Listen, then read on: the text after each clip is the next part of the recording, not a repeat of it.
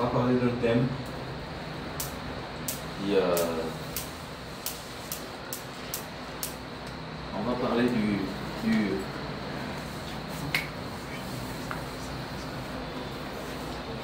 le véritable culte.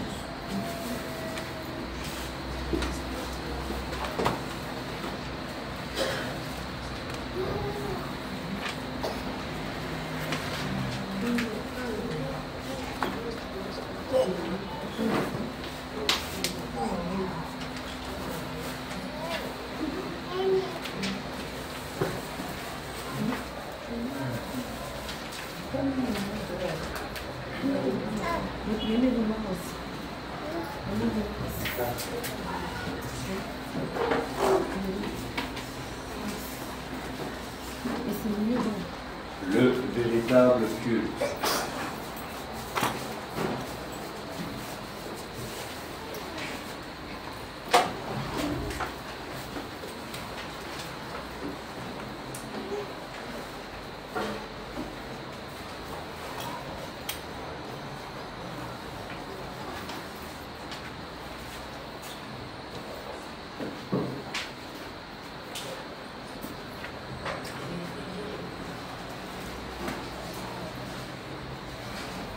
Souvent on se dit que je vais au culte, je vais rendre un culte à Dieu.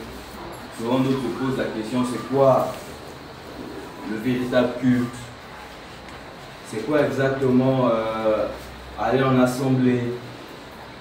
C'est vraiment important qu'on puisse parler de ce genre de choses.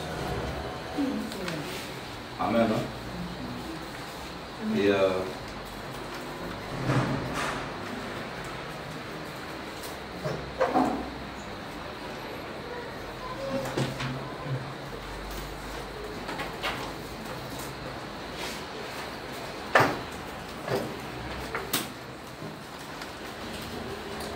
beaucoup ignorent ce que c'est le véritable culte. Beaucoup ignorent ce que c'est le véritable culte. Et pourquoi on veut parler du culte? Parce que c'est ça qui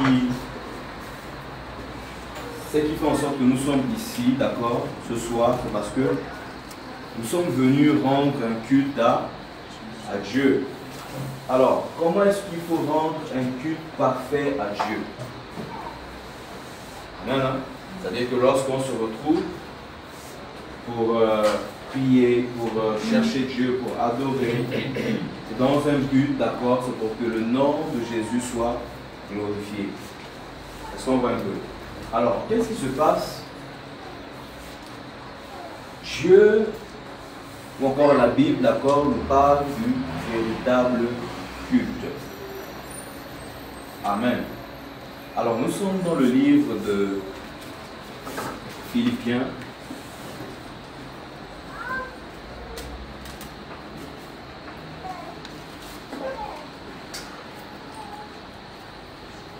Philippiens chapitre 3, à partir du verset 1.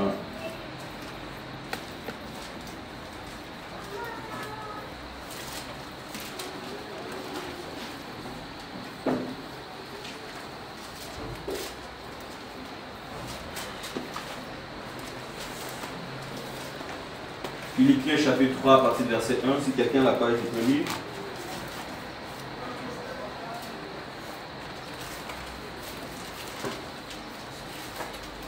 Philippiens 3, 1. Je lis. Au reste, mes frères, réjouissez-vous dans le Seigneur. Je ne me lasse pas de vous écrire les mêmes choses, mais pour vous, c'est une sécurité. Je continue. Ouais. Jusqu'à 3. Prenez garde aux chiens, prenez garde aux mauvais ouvriers, prenez garde aux faux circoncis.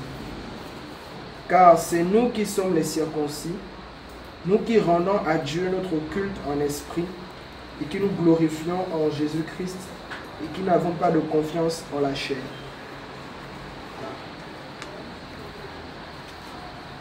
Amen.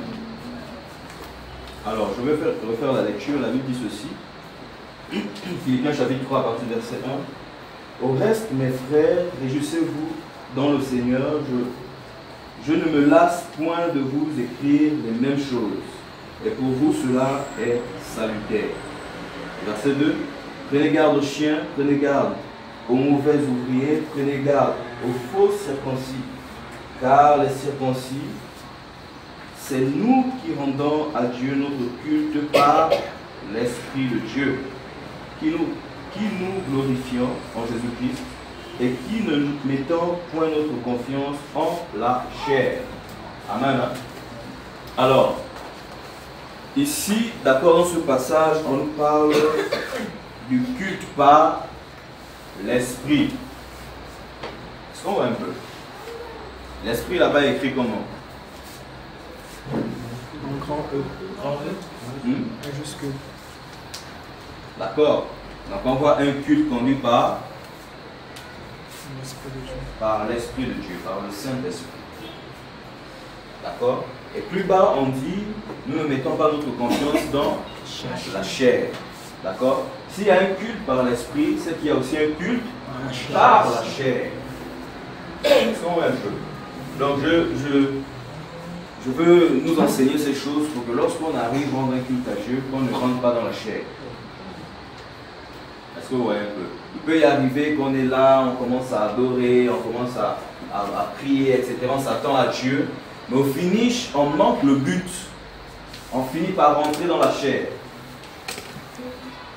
Et puis, on a l'impression qu'on a perdu du temps et on sort de là, on n'a pas vraiment eu ce que Dieu a voulu nous transmettre. Amen.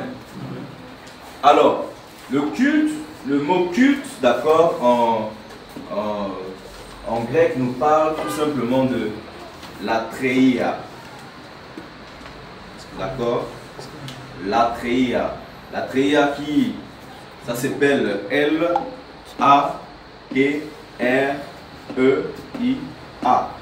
Latreia. En grec. D'accord? L'étymologie du mot culte nous parle de latreia, qui parle de l'adoration ou adoration, sacrifice de louange. Amen. Alors, lorsque nous nous retrouvons en assemblée pour rendre un culte à Dieu, d'accord, on vient simplement pour adorer Dieu. Est-ce qu'on voit un peu? On vient pour rendre des sacrifices de louange. Alléluia. Mais on ne vient pas le faire, d'accord, dans la chair, mais on vient le faire, d'accord, par l'Esprit de Dieu. Alléluia. Alors, nous sommes dans le livre de Romains 12.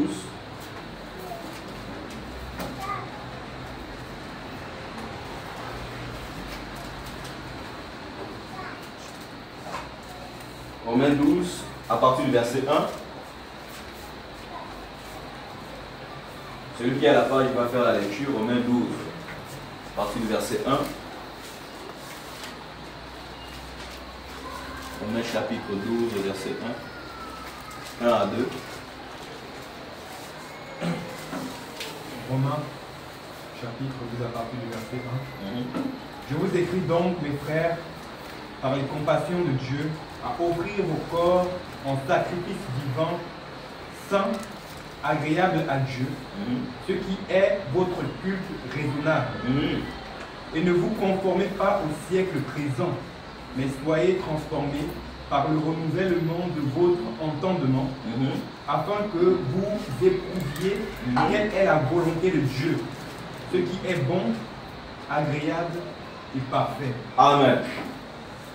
Alors tout le monde, d'accord, dans le monde entier, dans chaque religion, d'accord, chaque disciple d'une religion, d'accord, veut rendre un culte à son Dieu. Est-ce que vous voyez un peu? Les musulmans, par exemple, veulent rendre un culte à Allah, ou bien à certains, c'est ce Touba-là. D'autres, c'est chez les bouddhistes, par exemple, c'est Bouddha. Hein, il y a d'autres, c'est Krishna. Si les Éphésiens à l'époque, c'était la Diane. D'accord? Et chacun, dans son cœur, veut réellement rendre un culte à son Dieu. Amen. Et en ce qui nous concerne, nous en tant que disciples de Jésus, nous voulons rendre le véritable culte, d'accord, au Dieu Tout-Puissant, Yahvé. Alléluia. Et comment est-ce que nous allons faire pour rendre un culte excellent au Dieu d'éternité, au Dieu des Hébreux, qui est le véritable Dieu, qui est plus que Mahomet, qui est plus que Bouddha, qui est plus que Touba, toutes ces personnes-là. D'accord? Comment est-ce qu'on va faire pour lui rendre ce culte? Alors, Romains 12, ici, nous montre un indice. Il dit au verset 1, « Je vous exhorte donc, frères, par les compassions de Dieu, à offrir vos corps comme un sacrifice vivant, saint, agréable à Dieu, ce qui sera de votre part un culte raisonnable. » Waouh! Alors, par les compassions de Dieu, à offrir vos corps comme un sacrifice. Donc, le premier culte qu'on doit rendre à Dieu, d'accord? Le premier culte que nous devons rendre à Dieu, c'est notre propre vie. Alléluia. Amen. Ça va être notre propre vie. Si on veut rendre un culte véritable à Dieu, on va commencer avec nous-mêmes, notre intimité. On va offrir nos cœurs à Dieu, nos corps à Dieu, comme un sacrifice.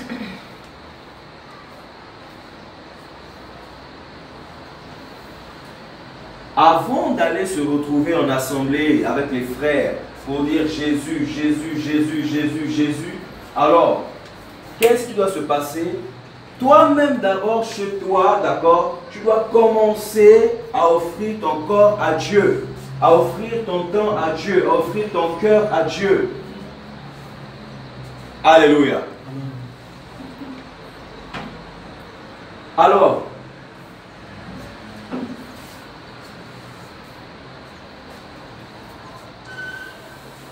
c'est quoi un sacrifice?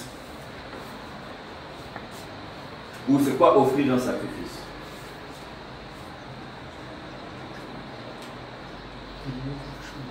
Apporter quelque chose. Hein? Apporter quelque chose. Apporter quelque chose. Dans quel but? Faire mourir la chose, la tuer, je sais pas, l'offrir, je sais pas. Hein? Elle? Oui. Le sacrifice touche le domaine du divin. Si on offre un sacrifice, c'est pourquoi? C'est pour rendre un culte. Donc, ici, la parole nous dit, nous-mêmes, nous sommes devenus les sacrifices. Est-ce que vous voyez un peu? Nos propres vies sont devenues des vies sacrifiées. Lorsque tu as accepté Jésus, Christ de Nazareth dans ta vie, d'accord? À partir de cet instant, ta vie est sacrifiée à ce Dieu. Ton temps est sacrifié à ce Dieu. Ton corps est sacrifié à ce Dieu. On comprend quelque chose? Toi-même, tu es le sacrificateur. D'accord? Alors, le sacrificateur, lorsqu'il était au temple, qu'est-ce qu'il faisait?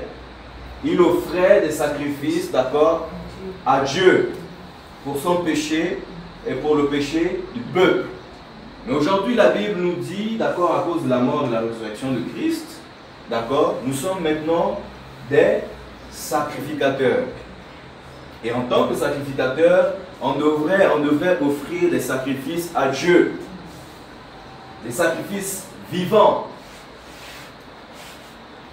Alors, en même temps, nous sommes sacrificateurs, d'accord? Et en même temps, nous sommes le sacrifice, d'accord, qui doit être présenté à Dieu pour que Dieu l'agrée.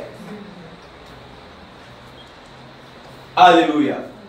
Et lorsque on offrait des sacrifices, souvent, il y avait de l'encens, d'accord? que les Lévites, les sacrificateurs, d'accord, allaient avec ça dans le temple.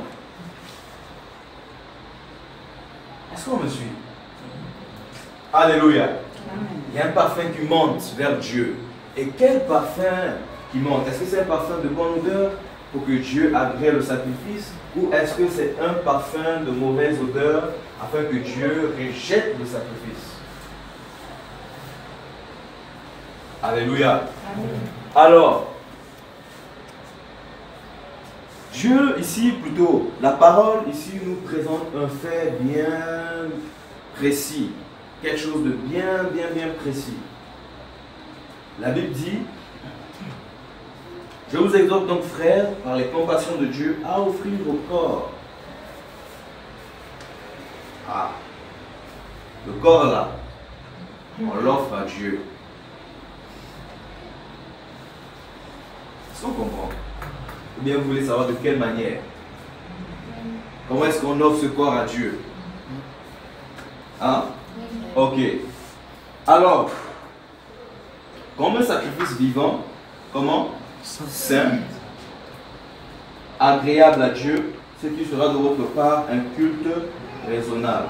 D'accord? Donc nous-mêmes d'abord, premièrement, nos vies sont en sacrifice. Comment est-ce qu'on doit donner notre vie en sacrifice? Eh bien, c'est s'abstenir du péché, tout simplement. S'abstenir des passions de la jeunesse. S'abstenir des choses du monde. S'abstenir de l'œuvre de la sorcellerie. S'abstenir de tout ce qui est ténébreux. Tout ce qui n'a rien à voir avec Dieu, avec Jésus, avec Yahvé. S'abstenir de l'impudicité. S'abstenir de la masturbation, de la pornographie, des passions de la jeunesse, de la musique du monde, de la mode, de toutes sortes des choses qui peuvent nous éloigner de la présence de Dieu. Alors lorsque tu décides de te discipliner, tu décides d'obéir à la parole de Dieu, là tu es en train d'offrir un sacrifice à Dieu. Est-ce qu'on me suit? Alléluia. Alors, pendant que tu es en train d'offrir ce sacrifice à Dieu, d'accord, le fait que tu t'abstiens de beaucoup de choses, que tu te disciplines pour que le nom de Jésus soit glorifié, d'accord, c'est un culte que tu es en train de rendre à Dieu.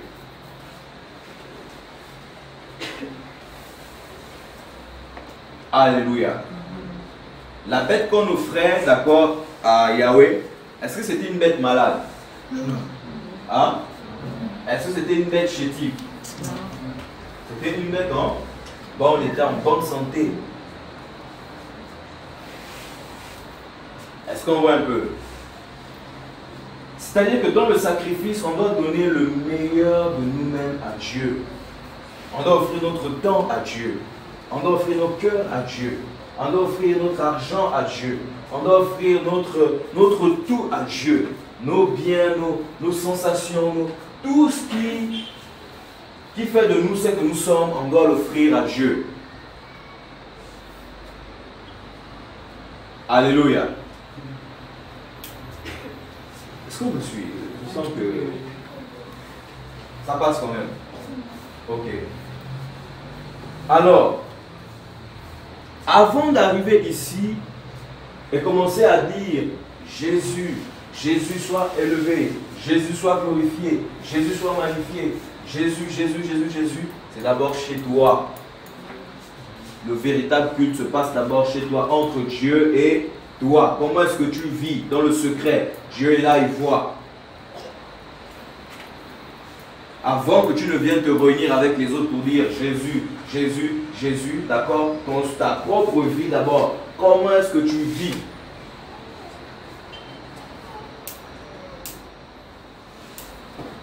Amen. Est-ce que Dieu exauce les pécheurs? Non. Donc si tu es dans un péché et que tu viens au milieu des frères pour dire que tu vas rendre un culte à Dieu, ben, tes prières ne montent pas. Amen. Voilà pourquoi c'est d'abord une relation personnelle avec Dieu. C'est quelque chose de personnel. Le culte, c'est personnel d'abord.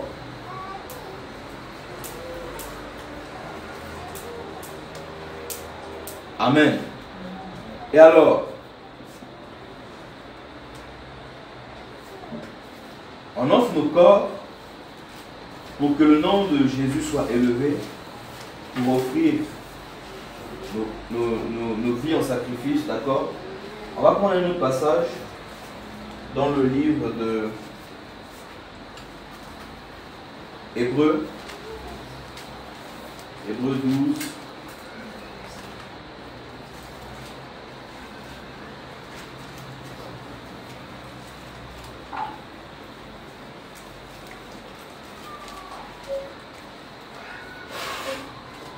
« 28 à 29.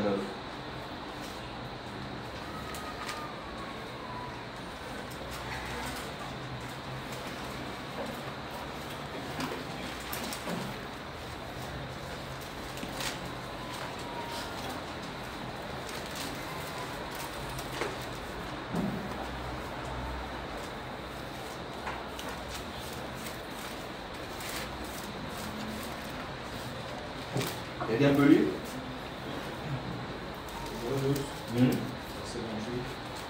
C'est pourquoi, saisissons le royaume, qui ne peut pas être ébranlé. Retenons la grâce par laquelle nous servons Dieu, en sorte que nous lui soyons agréables avec respect et avec crainte. Car notre Dieu est aussi un feu de gloire. Ok. Quelle est la version qui parle du culte?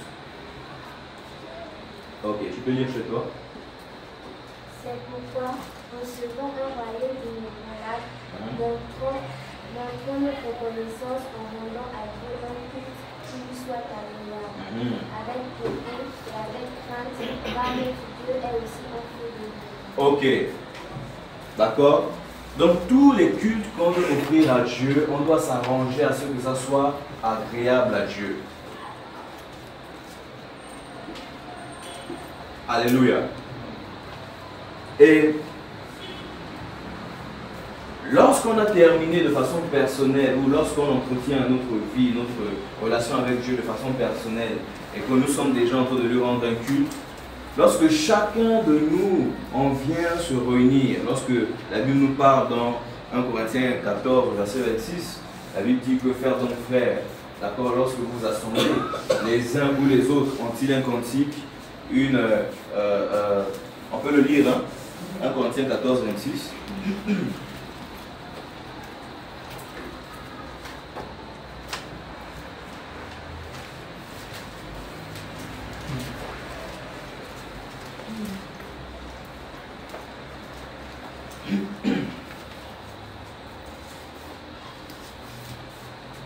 Alors la Bible dit que faire donc frère lorsque vous vous assemblez, les uns ou les autres parmi vous ont-ils un cantique, une instruction, une révélation, une langue, une interprétation, que tout se fasse pour l'édification. Amen. Hein?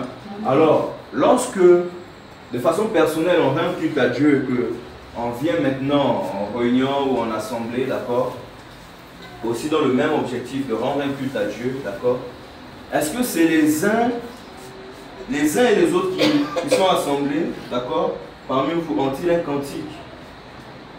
Il faudrait que le cantique, d'accord, soit poussé par l'Esprit de Dieu. Avant de donner un cantique, rassure-toi que c'est Dieu, d'accord, que c'est l'Esprit de Dieu qui te pousse, d'accord, à donner le cantique. Parce que le cantique que l'Esprit de Dieu va te pousser à partager à tes frères aura un but à atteindre. C'est quoi? L'édification. Et lorsque ça édifie les uns et les autres, tout le monde pourra se réjouir et rendre un culte à Dieu. Amen. La Bible dit, là où 2 ou 3 sont assemblés en mon nom, d'accord, au nom de Jésus, il est au milieu. D'accord? Si on s'arrête là, c'est qu'on a mal compris la chose.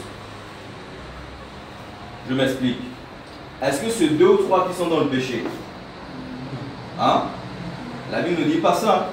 C'est 2 ou 3 qui se sanctifient, qui se consacrent à Dieu. C'est 2 ou 3, d'accord, qui offrent à Dieu leur vie comme un sacrifice. Et lorsqu'ils se réunissent pour adorer Dieu, d'accord, la Bible dit quoi? Dieu est parmi eux. Il descend.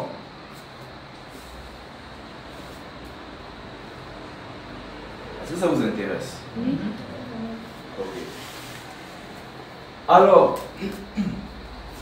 lorsqu'on se réunit, il ne faut pas donner les cantiques parce que la chair, tu aimes trop ce cantique, tu veux le donner. Non. Il faut te sentir poussé par l'Esprit de Dieu pour donner le cantique. Il faut te sentir poussé par l'Esprit de Dieu, d'accord, pour interpréter une langue. Il faut te sentir poussé par l'Esprit de Dieu, d'accord, pour donner une instruction, pour donner une exhortation. Poussé par l'Esprit de Dieu. Pour que le culte, d'accord, soit un culte par l'Esprit. Alléluia. Amen. Et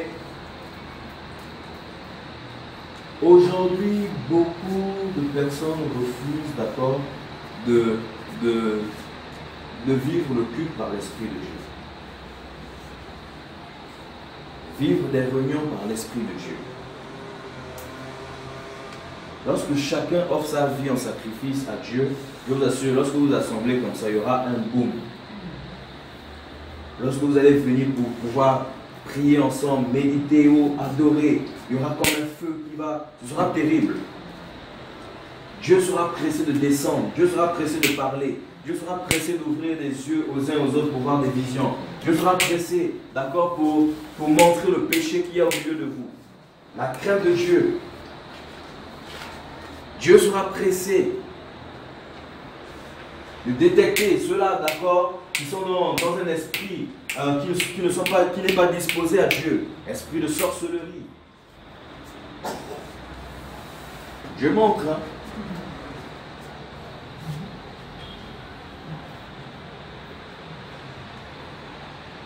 Amen. Alors, lorsque c'est comme ça, avant de rentrer au portail, ou avant d'arriver dans ce quartier-là, tu vas commencer à prier 10 fois. Pourquoi? Parce que Dieu va se choisir des frères ou des sœurs qui le craignent réellement, d'accord, pour commencer à voir certaines choses. Si tu donnes le péché, elle va te donner le jour, elle va te donner l'heure, elle va te donner la date, elle va te donner tout clair. Et ça va apporter la crainte de Dieu. Amen. Hein? Alors, lorsque les disciples ont commencé, d'accord, Pierre a prêché, il y a eu 3000 âmes qui se sont converties. On dit qu'ils persévéraient tous ensemble dans l'enseignement des apôtres, dans la communion fraternelle, dans la fraction du pain, d'accord. Et plus bas, on dit quoi? La crainte s'empara de chacun. Là où il y a l'action de Dieu, là où il y a le culte par l'Esprit, d'accord, la crainte de Dieu s'installe. La crainte de Dieu s'installe. S'il y a quelqu'un qui vient rempli d'un péché, il ne va pas supporter à rester assis ici. Si dans le péché, il va commencer même à vouloir lever la main pour confesser. Si dans le péché, il va vouloir même fuir, sortir, pour partir.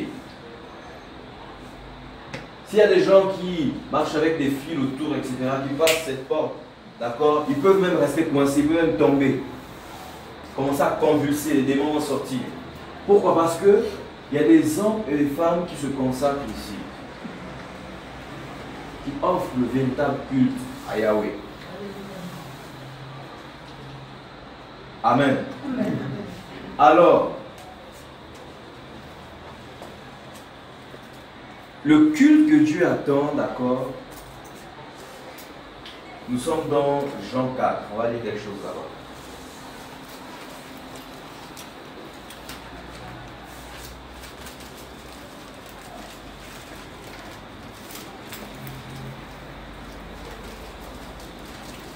Jean chapitre 4.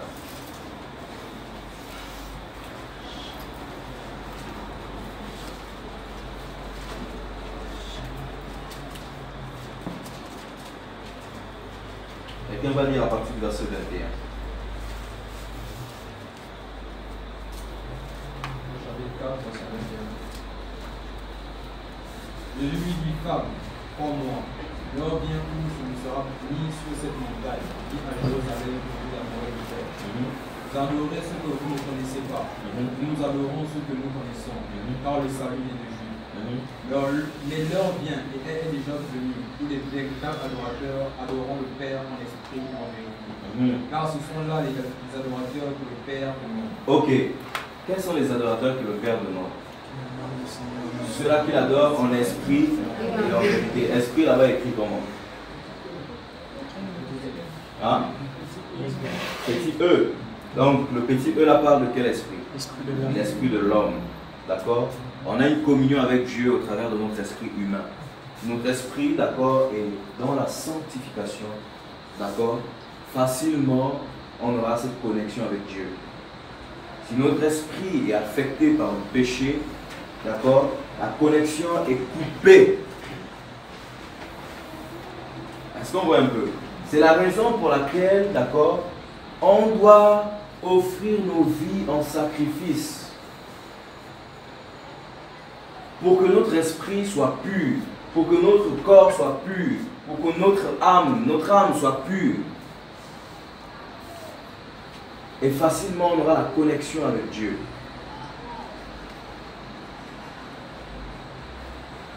Et voilà ce que la Bible dit. Car ce sont là les adorateurs que le Père demande. Donc Dieu cherche des adorateurs. L'adoration, d'accord, lorsque tu es en train de t'abstenir de façon physique, d'accord, par rapport au péché, là tu es en train d'adorer Dieu. Le fait de se sanctifier, c'est l'adoration. Se mettre à part. Pendant que tu es en train de te mettre à part, tu rends un culte à Dieu. Tu adores Dieu. Avant d'abord que les paroles, d'accord, ne sortent. Ta vie est devenue une vie, d'accord, de sacrifice. Quelqu'un de sacrifié. Et lorsque les païens vont te voir dehors, ils vont te dire, ah, mais toi tu es jeune, tu n'as pas de petite copine. Tu es jeune, tu n'as pas de petits copains, ils vont rigoler. Mais ils ne savent pas que ta vie est sacrifiée. Est-ce qu'on voit un peu? On ne peut plus faire les choses que les autres font dans le monde là. Écouter la musique du monde. Je ne sais pas, vivre comme les mondains, être au milieu des païens. Non. Pourquoi? Parce que nos vies sont sacrifiées. Et si nos vies sont sacrifiées, d'accord, là nous sommes en train de rendre un culte à Dieu. Nous sommes en train d'adorer Yahvé.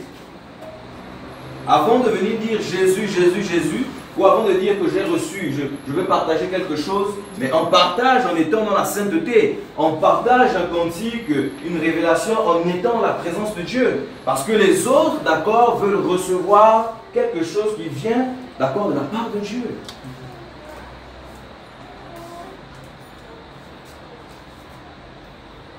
Alléluia. Amen. Moi je sens que on est en train de monter là. Il va y arriver des temps ici, avant que je ne parte. Lorsqu'on va enseigner, la gloire de Dieu va tomber comme ça. Je suis en train de ressentir ça dans mon esprit.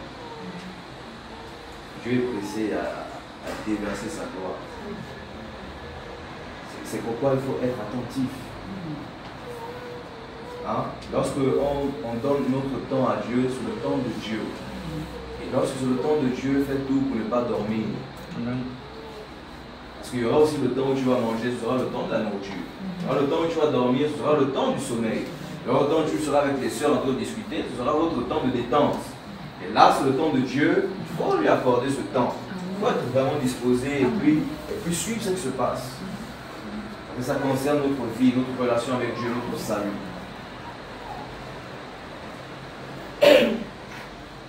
Amen. C'est aussi ça la maturité. Il faut aimer les choses spirituelles, les choses de Dieu. La chair n'aime pas ces choses-là. Quand on commence à prêcher, tu sens la lourdeur, le sommeil, machin. Pourquoi? Parce qu'elle ne veut pas que tu sois délivré.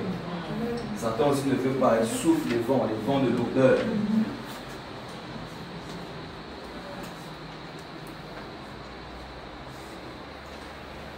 Je vous ai déjà dit qu'ici, il faut beaucoup prier. Pourquoi aussi trop manger? C'est déjà assez lourd. Quand tu manges, tu deviens encore lourd. Spirituellement, c'est déjà plombé.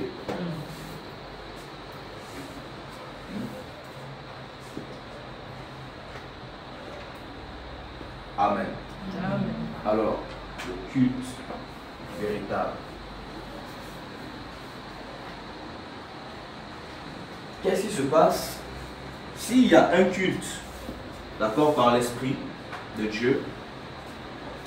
Il y a aussi un culte par la chair.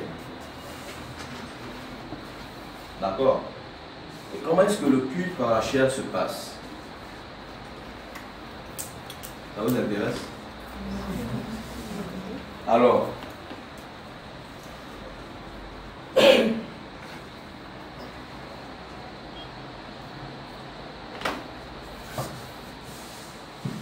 nous sommes dans le livre de Matthieu.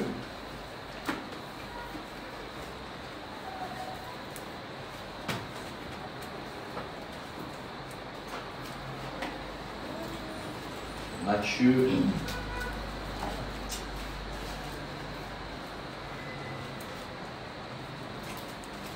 Chapitre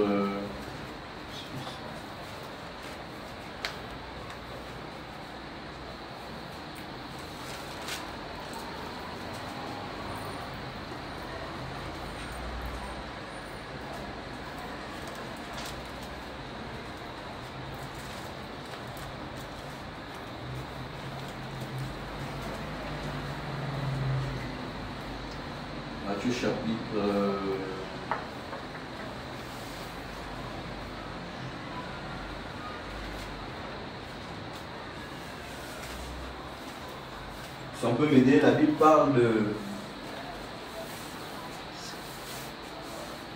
Jésus fait le reproche aux pharisiens, d'accord, et il dit... Matthieu 6. C'est Matthieu 6? Il parle de... Oui, Matthieu 6 qui parle de quoi?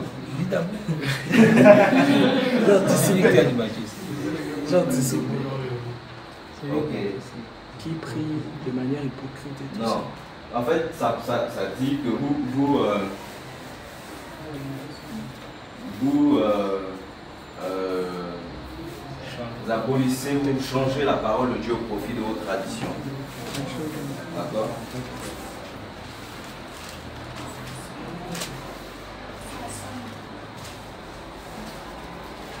Matthieu 15.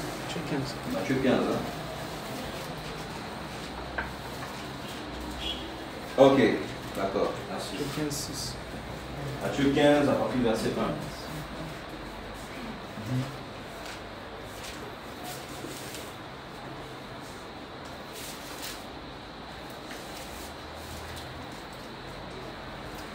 Matthieu chapitre 15, à partir du verset 1. D'accord. Alors les scribes et les pharisiens vinrent de Jérusalem auprès de Jésus et lui dirent: pourquoi tes disciples transgressent-ils la tradition des anciens?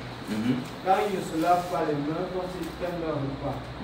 Il leur répondit: et vous, pourquoi transgressez-vous le commandement de Dieu par vos traditions? Car Dieu a dit: honore ton père et ta mère. Il a dit aussi: celui qui nourrit son père ou sa mère finira à la mort.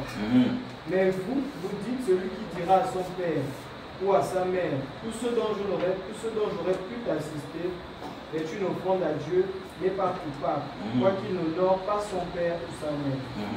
Vous annulez ainsi le commandement de Dieu par votre tradition. Hypocrite, Isaïe a bien prophétisé sur vous en disant: ce peuple s'approche de moi de sa bouche et m'honore des lèvres, mais son cœur est très éloigné de moi. Ok. Verset 6, on dit: vous annulez ainsi la parole de Dieu au profit de votre tradition. Est-ce que vous voyez un peu? Donc, lorsqu'on annule la parole de Dieu au profit de la tradition, d'accord, on rentre dans le culte fait par la chair. Est-ce que vous voyez un peu? Contre le culte, d'accord, parce que la tradition ici, d'accord, nous parle de la culture, la coutume, les habitudes, etc. Alors, dans culture, il y a quoi? Il y a culte. Est-ce que vous voyez un peu? Donc, les traditions, c'est la culture, c'est la coutume, c'est les habitudes. Donc, tout ça, c'est un culte. Est-ce que vous voyez un peu? Lorsqu'on commence à rentrer dans les habitudes, ça commence à devenir la routine. On sait comment ça se passe, d'accord, comment ça termine, qui doit chanter, qui doit intervenir, qui doit faire ceci, qui doit faire cela, d'accord. Ça commence à être une tradition, des habitudes, une coutume. C'est un culte. Est-ce qu'on voit un peu? Et le culte, ce culte-là, d'accord, il est plus spirituel. Il devient charnel.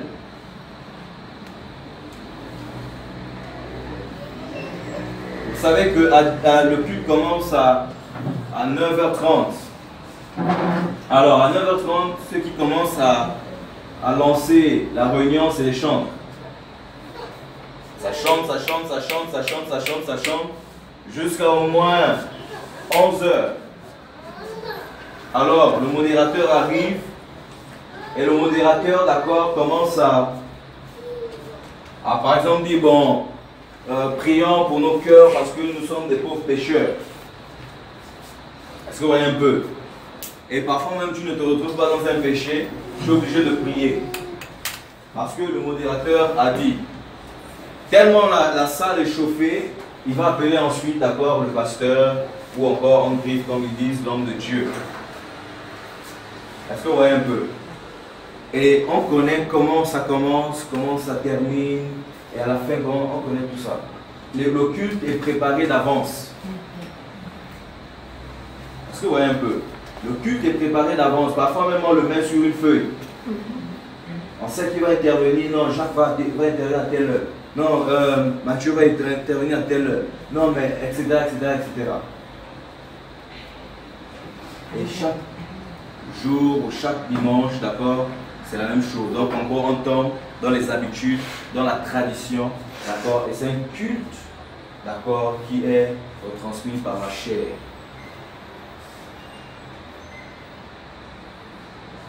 Est-ce qu'on me suit un peu? Voilà. Si un culte est retransmis par la chair, Dieu n'arrive pas ça.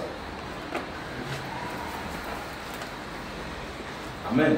Parfois, il y a d'autres qui sont ignorants, qui agissent juste comme ça. Mais on devrait laisser l'Esprit de Dieu, d'accord, prendre le contrôle de nos réunions.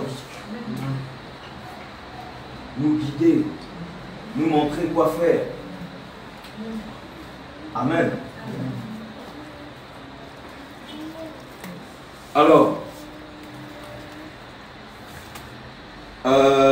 Galates 1.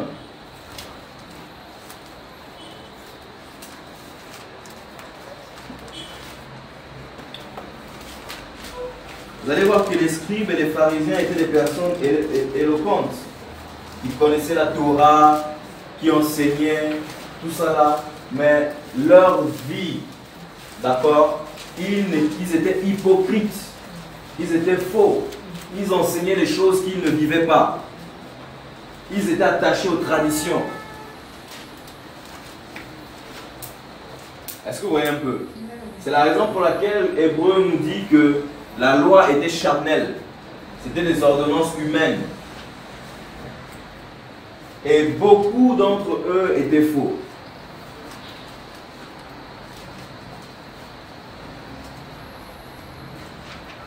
Aujourd'hui, c'est ça qui se passe dans plusieurs assemblées.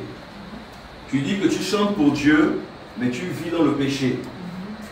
Tu as un petit copain, tu écoutes la musique du monde, mais le dimanche, c'est toi qui viens prendre le micro pour dire que tu rends un culte à Dieu. Mais quelle abomination! Tu chantes, mais tu es dans le péché. Parfois même celui avec qui tu fais ça, il est même dans l'assemblée. Est-ce qu'on voit un peu ce que je suis en train de dire? Et ils sont plusieurs comme ça. Prédicateur, il vient prendre le micro, d'accord, mais il est dans l'impudicité. Plusieurs, d'accord, des femmes avec qui il couche sont dans l'assemblée même. Et on dit, on se réunit pour rendre un culte à Dieu. Alors, plus tu es dans ces choses, lorsque tu prêches, tu es en train d'envoûter les autres. Tu es en train de donner des esprits aux autres. À ceux-là qui ne sont pas aussi sérieux, parce que si tu es sérieux, Dieu te garde. Est-ce que vous voyez un peu? Alors dans ce genre d'assemblée, il y a tout ce qui est le désordre complètement. Alors, au lieu de nous parler du ciel, on va nous parler des choses de la terre. Si tu veux le visa, viens, je vais prier pour toi. Si tu veux le mariage, viens, je vais prier pour toi. Si tu veux que Dieu décompte ta situation financière, viens, je vais prier pour toi. Et on ne nous parle jamais du ciel. On ne nous dit jamais que si tu pêches, tu vas en enfer.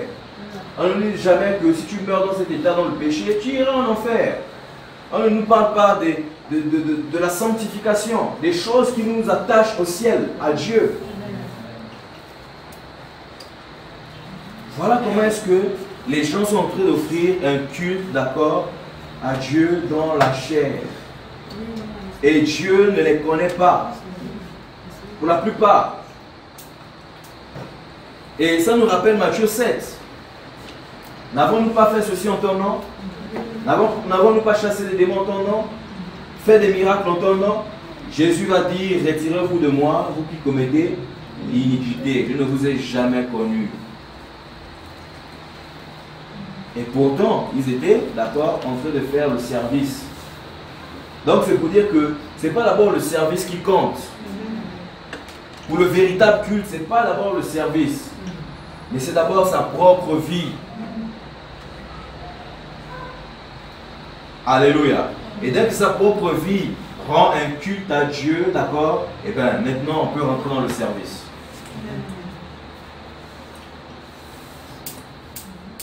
Alléluia. Amen. Et aujourd'hui, lorsque vous allez par exemple même discuter avec certains pasteurs, ils sont en colère. Ils ne veulent pas que tu viennes gaspiller leur business. Parce que l'argent rentre. Il y a des femmes qui ont beaucoup d'argent. Il est à l'aise. Je vais écouter quelqu'un dire ici parler du ventre pastoral. Le ventre pastoral sort déjà. Celui qui persévère dans qui excelle hein, dans tout ce qui est bien, et le peuple n'excelle jamais. On paye la dîme tout le temps, tout le temps, tout le temps, tout le temps, les offrandes, tout le temps on donne. C'est bien de donner les offrandes parce qu'il y a besoin de ça pour les missions, les nécessiteux, etc., pour organiser l'église. C'est une bonne chose. Mais ce que Dieu veut d'abord, c'est nos cœurs. C'est nos cœurs. Si nos cœurs sont éloignés de Dieu, ce qu'on va faire après là, Dieu ne voit pas.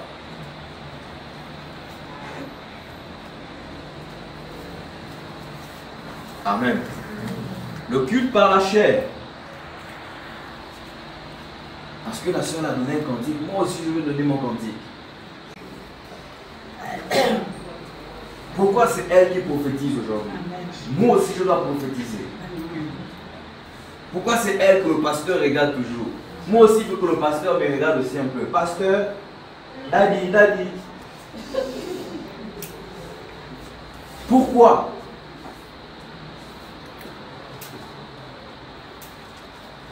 Cinq frères ont les sentiments pour une sœur.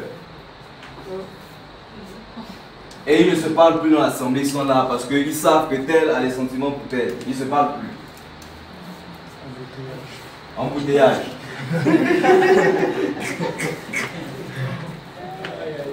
Alors, comment est-ce qu'on va décoller dans la présence de Dieu? D'accord? C'est toutes ces choses qui apportent la lourdeur. Le péché apporte la lourdeur. Les murmures apportent la lourdeur. Tout ce qui n'est pas de Dieu, ça apporte la lourdeur.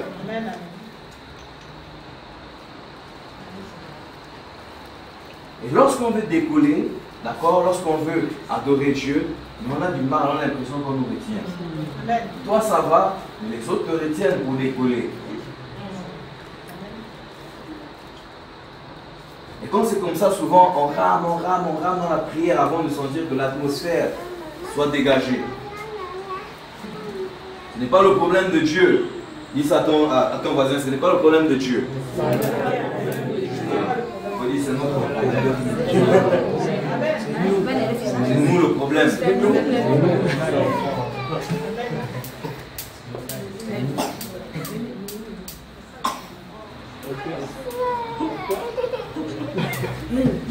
Tu n'as pas reçu un temps par rapport à la prophétie. Tu commences à prophétiser les fausses choses. La maman là, non, parce qu'elle a déjà vieilli. Elle est non, c'est une sorcière. Mais non. Est-ce que c'est un péché la vieillesse? Non. Non, est-ce que c'est un crime? Non. Si la maman est en train de... Dieu l'a fait grâce d'être rassasiée de jour, elle vieillit, tout ça là. Elle craint son Dieu. Et parce que tu vois qu'elle vieillit, elle a déjà un visage un peu bizarre, tu commences à dire non, la maman elle est bizarre, elle est sorcière. C'est toi-même qui es sorcier parce que tu donnes des prophéties qui sont fausses.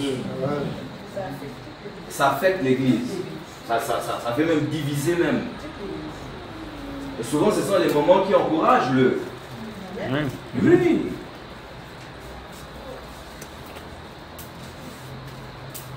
Ah, vraiment, l'église de Jésus.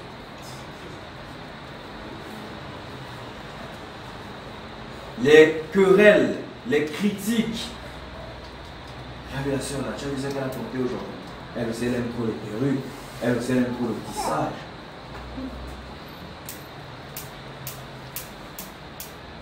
Le frère là, il veut toujours se montrer. Il n'y a pas que lui qui a la grâce.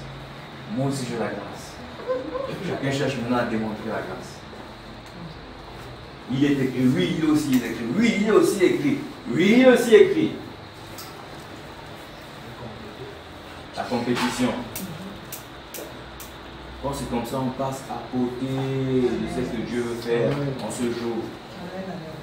On sort de là zéro. On sort de là même, on n'a rien reçu.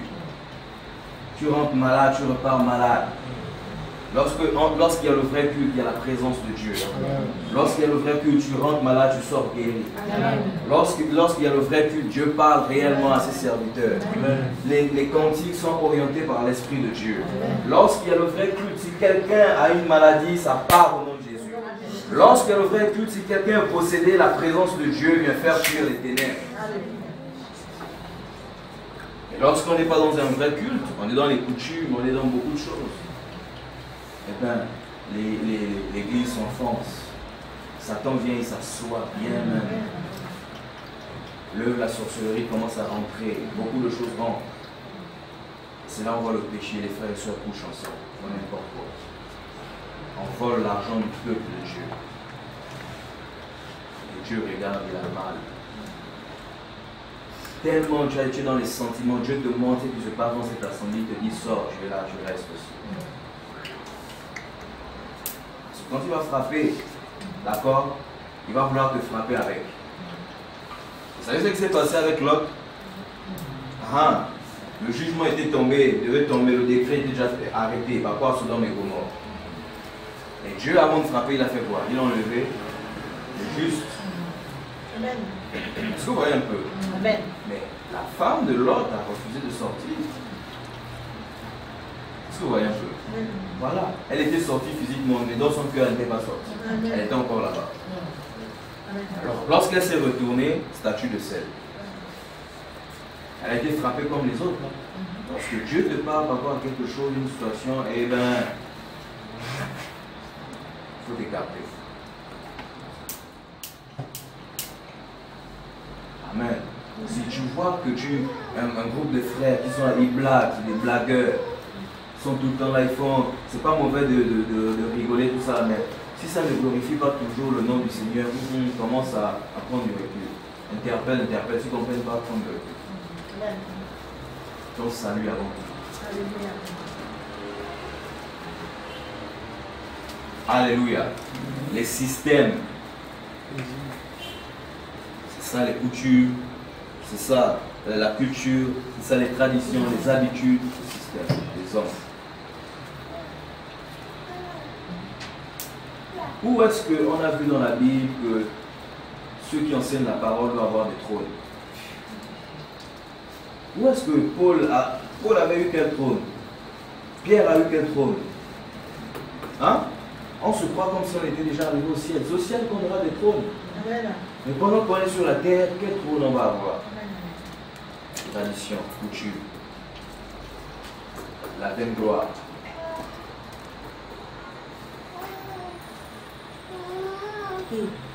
Alléluia.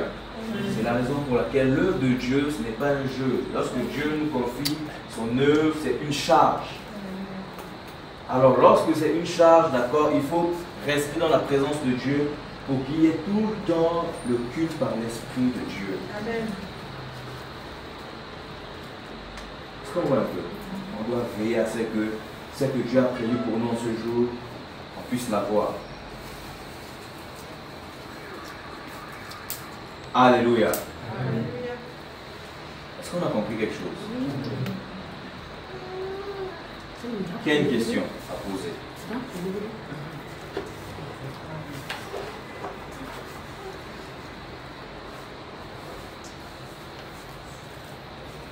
Oui. Je veux savoir comment faire pour tomber dans le Ok. Tomber dans le culte de la chair. Ici, tu lis quoi?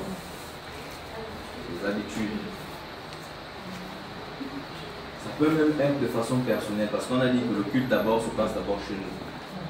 Si tu vois que tu commences à avoir les mêmes choses, les mêmes habitudes à la maison, les mêmes habitudes, là ton culte n'est plus agréable à Dieu. Tu tombes maintenant dans la chair. Est-ce que tu vois un peu? Voilà. Il faut que les choses changent. Il faudrait que Dieu doit nous amener de gloire en gloire. De façon personnelle là. Si tu commences toujours par la même façon de prier, la même position, là, tous les jours c'est comme ça. Là tu rentres déjà dans les habitudes. Tu rentres maintenant dans la chair. Il faudrait que Dieu t'oriente. Si tous les jours tu es la prière de combat, chasser le feu, machin, tu rentres dans les habitudes. Pour toi la prière c'est toujours le feu, c'est un exemple, hein. C'est toujours ça. Et tu rentres dans les habitudes. À quel moment tu vas rester calme pour écouter Dieu te parler? Est-ce que tu vois un peu? À quel moment est-ce que tu vas te mettre à adorer Dieu, par exemple? Si tout le temps c'est la prière de combat, c'est toujours les mêmes choses. À quel moment? À quel moment, par exemple, tu vas prendre, par exemple, toute une journée pour méditer? Si c'est des prières flash, toi, c'est toujours des prières flash. Tu arrives, tu es tellement fatigué, Seigneur, je te bénis. Et tu dors. Vous voyez le flash, non? Puis c'est fini. Donc j'ai fait juste un coucou à Dieu, quoi.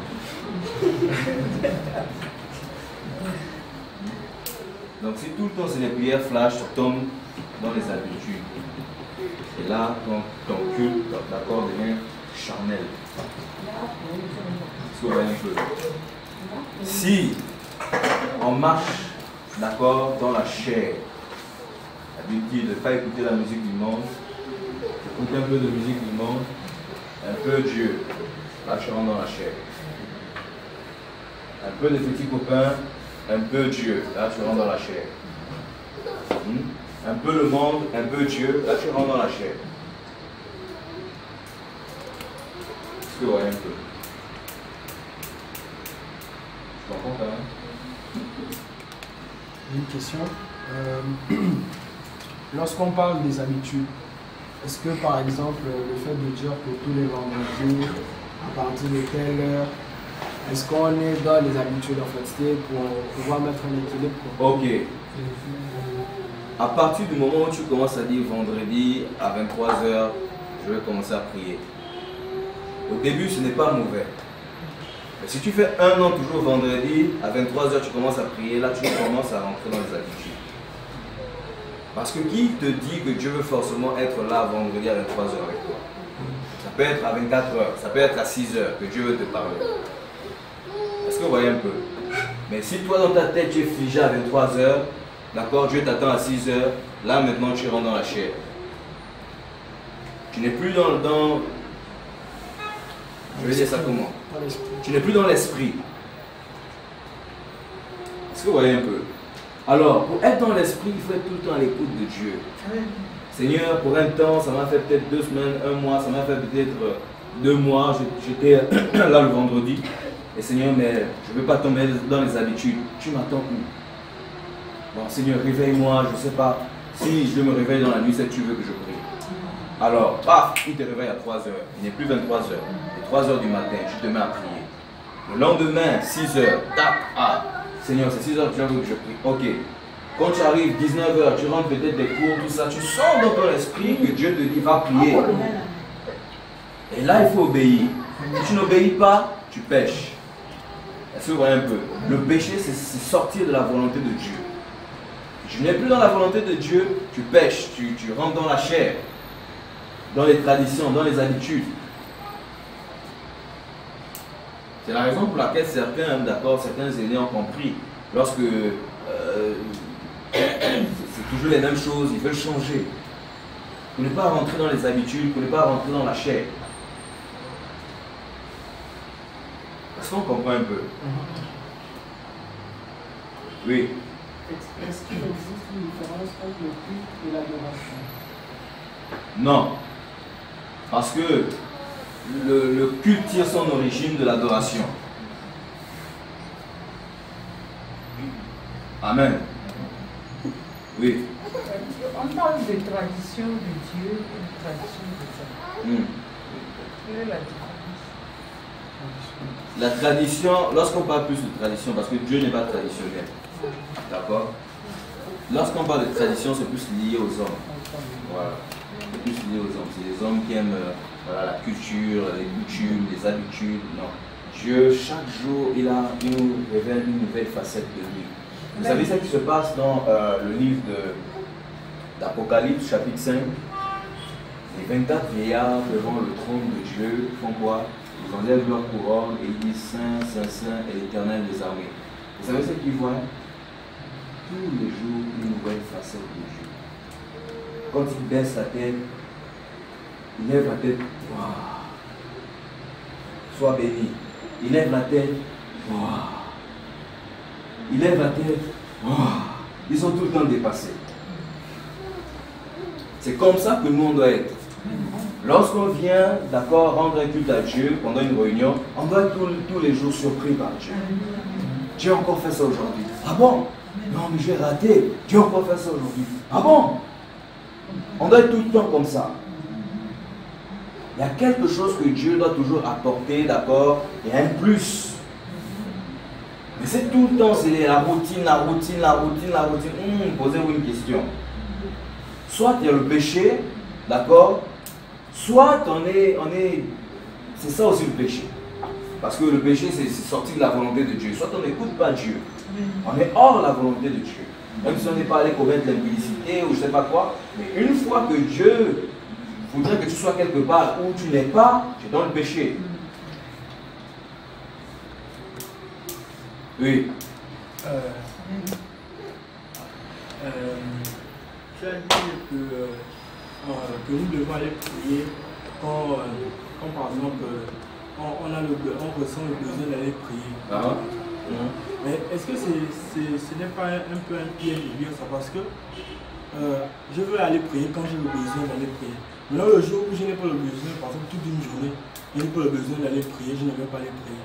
Or, la Bible nous dit que celui qui sait ce qu'il doit faire et qui ne le fait pas, celui qui sait faire ce qui est bien et qui ne le fait pas pêche. Certainement, tu m'as mal saisi. Je prenais l'exemple de quelqu'un qui rentrait des cours, d'accord, qui avait peut-être pour habitude de prier à 23 h, mais Dieu lui dit à 19 h de prier. Il faut être sensible à l'esprit. À cet instant-là, tu pries. Maintenant, je suis d'accord avec toi que la Bible, d'accord, nous encourage, d'accord, à prier sans cesse. Est-ce que vous voyez un peu? Jour et nuit, méditer jour et nuit. Même si tu es dans les, comment on appelle ça ici? Les cars, d'accord? Même si tu es dedans, si l'esprit te mène à prier en langue et tu commences à les autres te regardent. Tu es dans ton voilà. Tu es dans ta communion avec Dieu. Une fois, j'étais en plein examen. J'étais en plein examen, j'étais en train de préparer la feuille, tout ça, etc. Dès que je commençais à écrire comme ça, je sentis la présence de Dieu en pleine classe. Je commençais à parler en langue, donc je voulais comme ramener les paroles dans la bouche. Je ne sais pas ce qui se passait, c'est comme si Dieu, mon esprit était en prière.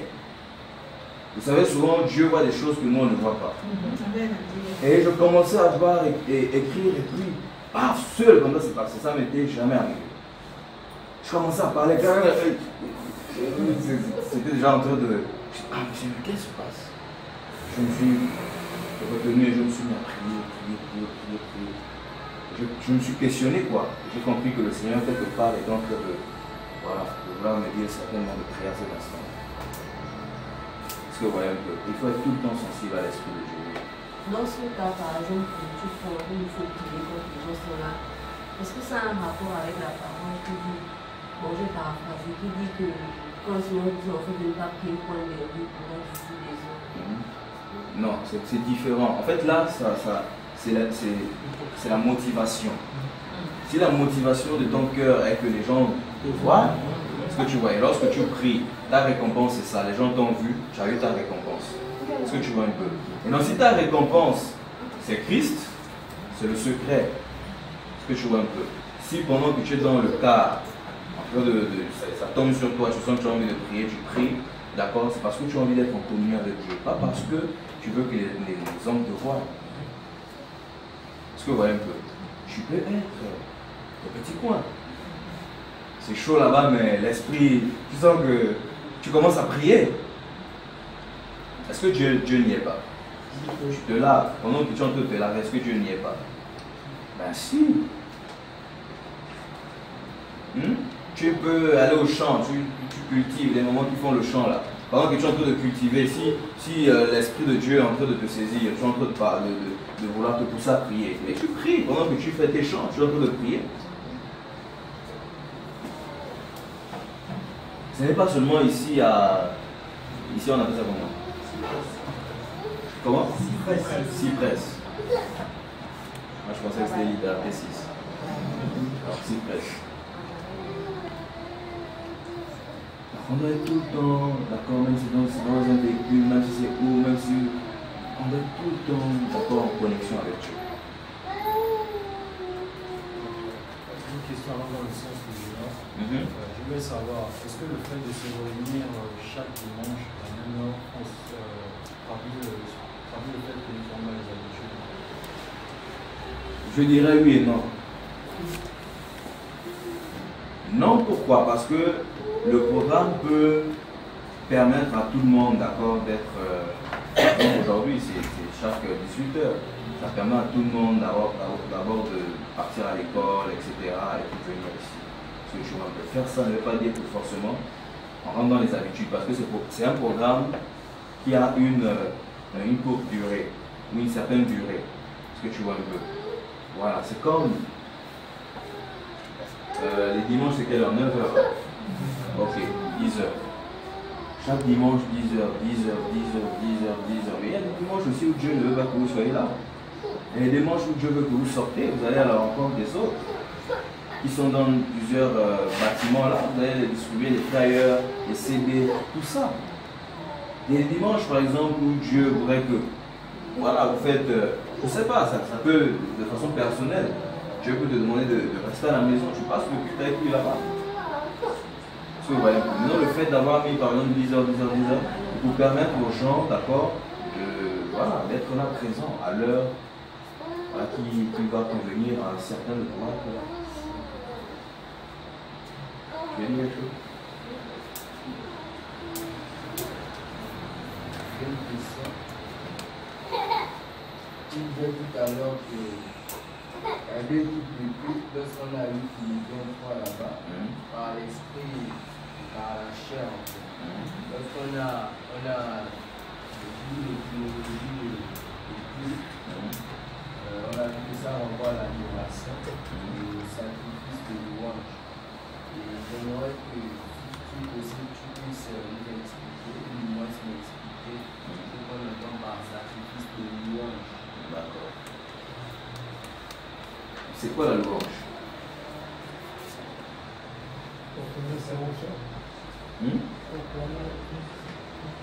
Proclamer les hauts faits de Dieu. Proclamer les hauts faits de Dieu en disant quoi par exemple? Tu es bon. Tu es grand, tu es puissant. Tu rends la gloire. Tu vois un peu. Alors rendre, c'est-à-dire que lorsque nos vies, d'accord, sont en train lorsque nos vies sont en sacrifice, d'accord, c'est ça qui monte. Est-ce que tu vois un peu, ouais? C'est ça qui monte. Plus tu te sanctifies, plus tu auras un culte à Dieu. Et ce qui monte vers Dieu, c'est le sacrifice de louange.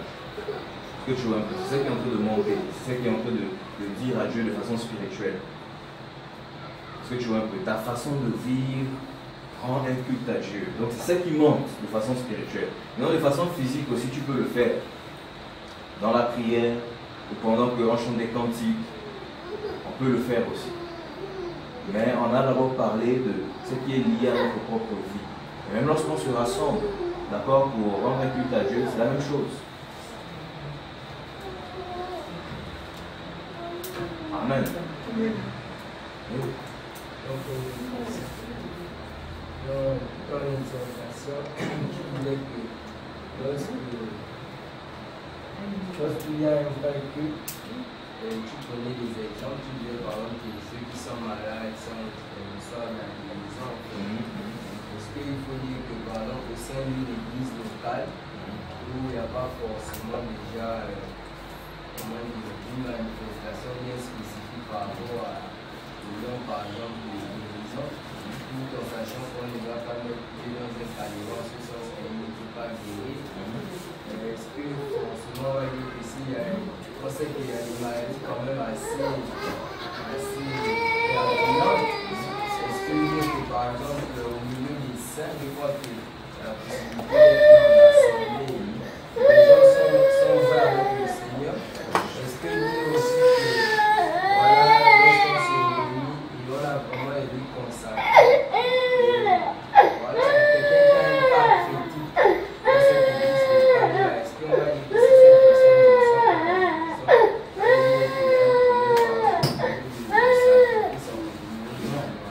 En fait, ce que j'essaie de dire, c'est quoi? C'est que lorsque on est dans un culte par l'esprit, il y a toujours quelque chose qui se passe.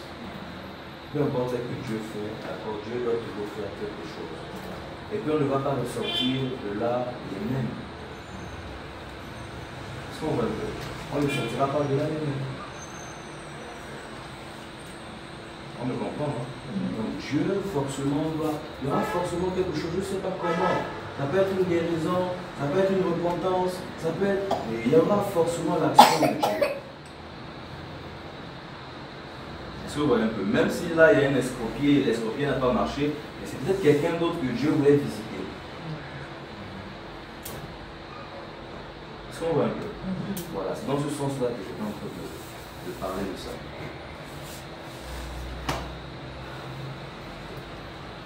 Question, on va boucler.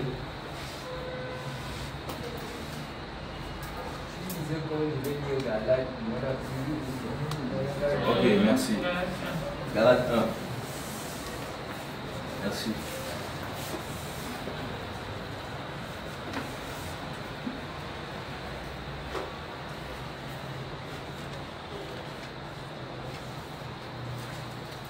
Quelqu'un peut lire?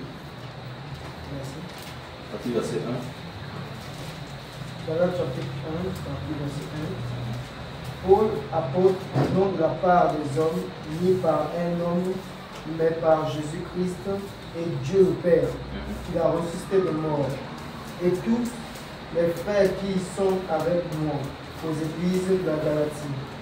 Que la grâce et la paix vous soient données de la part de Dieu le Père et de notre Seigneur Jésus-Christ, qui s'est donné lui-même pour nos péchés, afin de nous arracher du présent siècle mauvais, selon la volonté de notre Dieu et Père.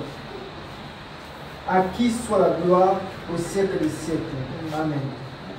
Je m'étonne que vous vous détourniez si promptement de celui qui vous a appelé par la grâce de Christ pour passer à un autre évangile.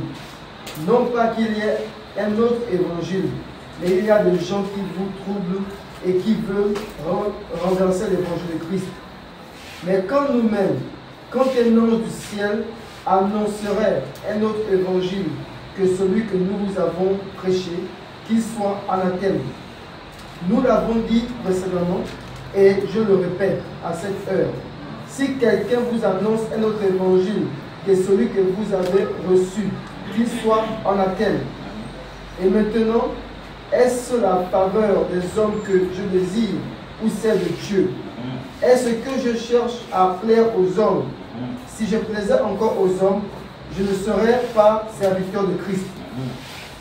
Je vous déclare, frères, que l'évangile qui a été annoncé par moi n'est pas de l'homme, car je ne l'ai ni reçu ni appris d'un homme, mais par une révélation de Jésus-Christ.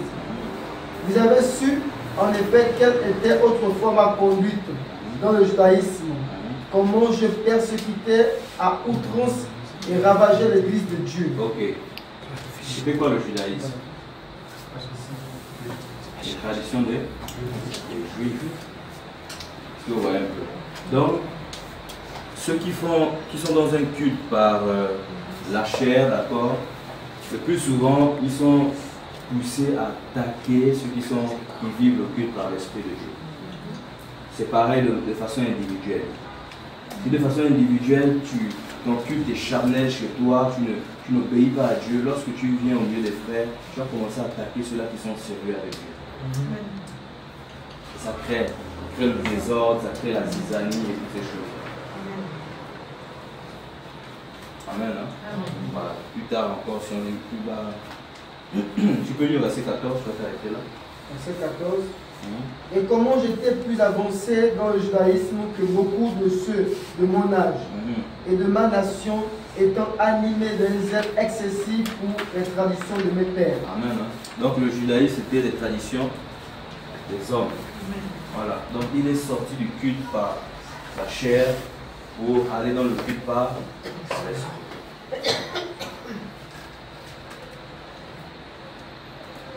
Est-ce qu'il y a quelqu'un ici qui sent beaucoup de colère au nom d'elle?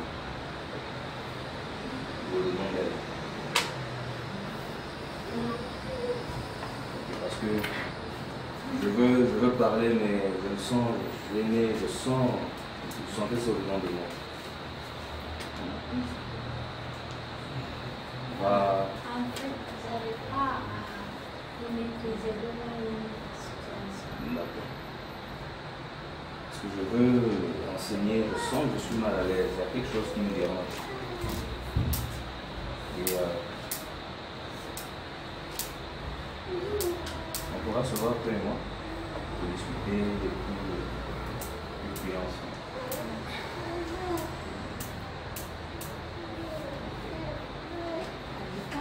Je me garde.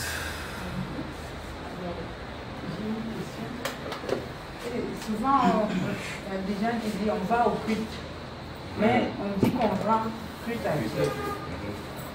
On dit on va à la réunion de prière et on va au culte. En fait, c'est un abus de langage, quoi. Amen, c'est bon? Ok, vas-y. En fait, la question, c'est par rapport aux réunions charnelles, on ne peut pas dire réunions charnelles, par exemple, aux propositions charnelles. Alors, on a une assemblée et quelqu'un donne quelque chose, on peut parfois aussi se faire des gens savoir que ça, c'est la personne, c'est pas les dire. Et bon, on dit qu'il y a une certaine liberté, en fait, une certaine liberté. Si par exemple, il y a un cas d'un frère ou d'une soeur de la famille qui est par exemple assis, et on sait souvent il y a certaines sanctions, et la personne ne peut pas se permettre de parler directement, passe par exemple par un frère ou par une soeur pour lui un sujet de prière par exemple. Et j'aimerais savoir si cette dernière, en donnant pardon le sujet de prière, vu que la personne ne va pas bien peut-être dans sa relation avec le Seigneur. Est-ce qu'on peut déjà dire que son sujet de prière, par exemple, bon, pas forcément sujet de prière, est-ce qu'on va dire que ce sera charnel, c'est dans la mesure où on suppose que la personne ne va pas bien. La personne est assise. Voilà. Si elle est assise, ça signifie qu'il y a des choses à réparer en elle. Donc elle est dans elle est en quarantaine, si vous dire ça comme ça. Je vois un peu, elle est en train de se réviser, de revoir sa vie avec le Seigneur. Il serait sage que la personne n'intervienne pas. Elle peut chanter, elle peut. Voilà, parce que dans ça, elle a besoin de ça pour restaurer sa vie. Mais intervenir, ce ne serait pas sage. de lui permettre d'avoir la parole, tout ça, parce qu'elle est dans un état qui ne lui permet pas d'avoir la parole. Il faudrait que tout soit restauré et un suivi, permettre à la personne de revenir bien comme il se doit. En fait, Dieu disait ça, en fait, Dieu disait par exemple si la personne a un cantique à partager, parce que la prière, on voit la personne qui dit j'aimerais qu'on prie pour moi, je ne veux pas maintenant pour ça passe. Si la personne a un cantique à partager, est-ce qu'on peut déjà se permettre de dire que c'est par exemple, je veux savoir en fait, passer par un frère que voilà, frère, si tu veux pas partager un cantique à partager. Ah oui, pourquoi pas. Si elle passe par quelqu'un d'autre, ok. Mais si c'est elle-même, poser la question dans une sens par rapport à celle-ci. Donc, quelqu'un qui est assis, est-ce que c'est possible que la personne puisse partager dans les coulisses avec sa frère, pas en remis l'église en fait? C'est bon. il est assis. Et dans les coulisses, il veut partager avec les frères. Est-ce que c'est dans le sens de s'édifier ou dans le sens de sa restauration?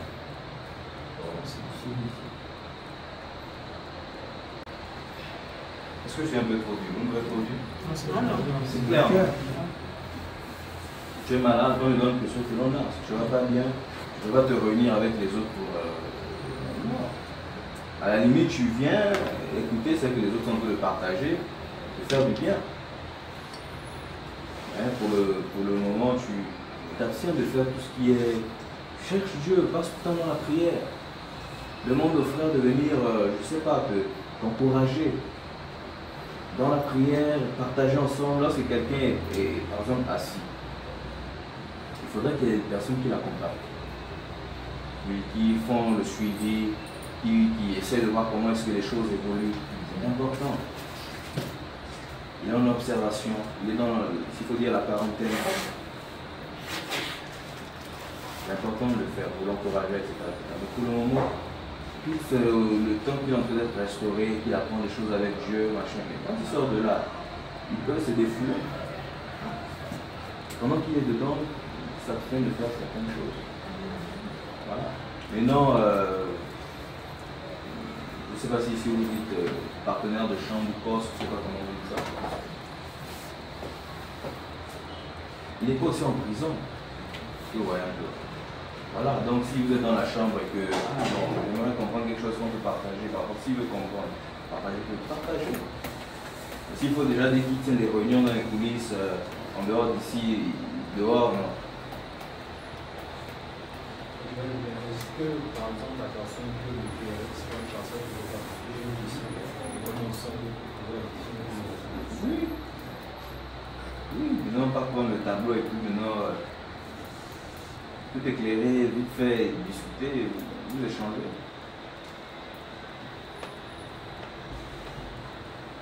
Amen. Dans les choses de Dieu, il faut essayer de être discipliné, rigoureux. Ce n'est pas une histoire de sentiments parce que tu le connais, qui se méconduit, il s'assoit. Et on vérifie bien voilà, sa restauration, tout ça. S'il veut être restauré, on va l'aider à être restauré. S'il ne peut pas être restauré, eh ben, on ne pourra pas l'aider. Voilà. Donc lui-même, il va sentir qu'il... On lui dit que le méchant ne résiste pas au milieu des justes. Voilà, on tombe juste au milieu des méchants. C'est un peu ça. Et il faut savoir aussi encourager ceux-là qui sont assis, qui se sont méconduits, qui ont fait des erreurs. Il faut les encourager, il faut prier pour elles. Il faut être là, il faut bien suivre. Il ne faut pas les abandonner. Amen. Amen. Amen.